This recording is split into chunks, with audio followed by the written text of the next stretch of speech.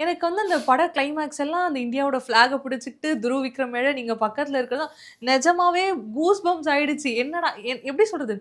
படம்ங்கிறது okay தெரியும். படம் தான் காசு குடுத்து உட்கார்ந்து படம் தான் பார்க்குறோம். இருந்தாலும் என்னமோ ஒருத்தன் ஒருத்தன் ஜெயிச்சு போன ஒரு ஃபீலிங்ஸ படம் மூலியமா கடத்த முடியும் அப்டின்னா, மாரி செல்வராஜ் அங்க ஜெயிச்சுட்டாரு.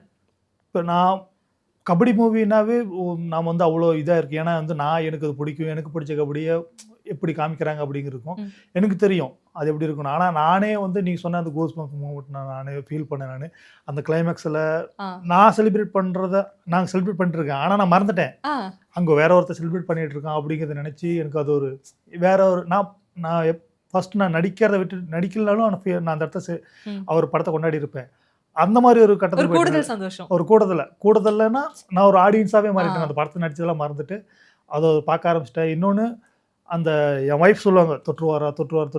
ஏன்னா 2வது டைம் பார்க்குறோம் நாங்க. இருந்தாலும் சொல்லுவாரு தொற்றுவாரா. ஒவ்வொரு டைம் அது ஃபீல் ஆகுதுப்பா அப்படிங்கும்போது ஃபர்ஸ்ட் டைம் பார்க்கும்போது ஒரு மாதிரி இருக்கும். செகண்ட் டைம் பார்க்கும்போது ஒரு மாதிரி இருக்கும். ஒவ்வொரு இடத்துலையும் நம்ம ஒரு இடத்துல மிஸ் பண்ணியிருப்போம். ம். அது புதுசா இருக்கும் அந்த இடத்துல.